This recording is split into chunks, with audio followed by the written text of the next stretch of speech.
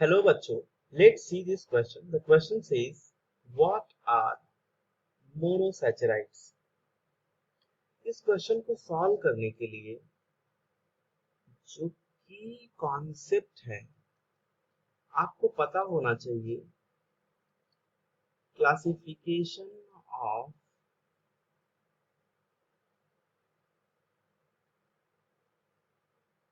carbohydrates on the basis of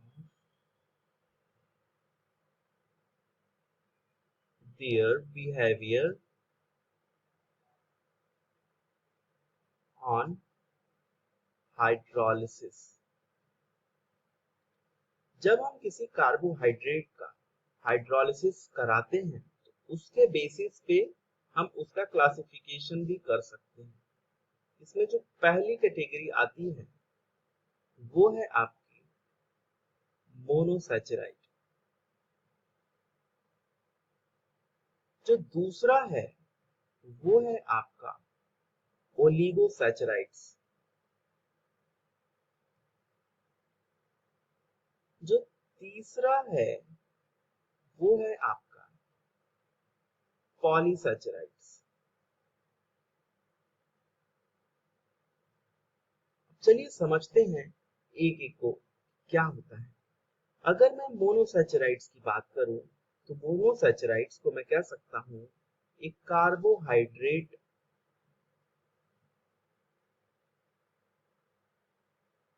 which cannot be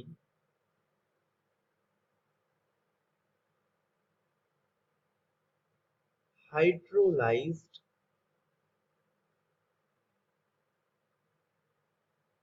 further into simpler polyhydroxy aldehyde और ketone. यानी कि ऐसे carbohydrates जिनका आप हाइड्रोलिसिस करो उसके बाद भी वो किसी सिंपलर फॉर्म ऑफ अल्डिहाइड या कीटोन में कन्वर्ट ना हो। पॉलीहाइड्रोक्सी का मतलब यहाँ पे ये है बच्चों, जो मल्टीपल ग्रुप OH ग्रुप होगा उसे हम लोग पॉलीहाइड्रोक्सी कहते हैं। जैसे कि एग्जाम्पल की अगर मैं बात करूं तो ग्लूकोज, फ्रक्टोज, राइबोज, ये सब ऐसे एग्जाम्पल्स हैं जिनका अगर आप हाइड्रोलिसिस करेंगे तो भी ये किसी सिंपलर फॉर्म में ब्रेक डाउन नहीं होंगे।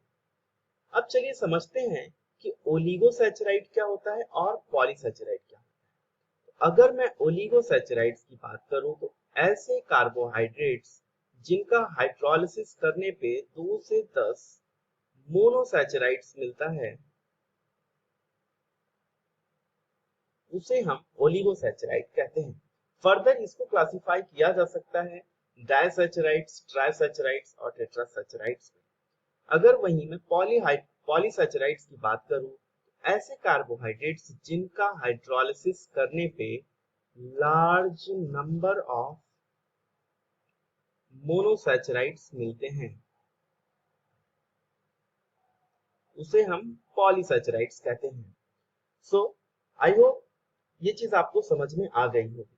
सो we can say the final answer is a carbohydrate which cannot be hydrolyzed further into simpler polyhydroxyaldehyde or ketone are called as monosaccharides. Hope you understood it well. Best of luck.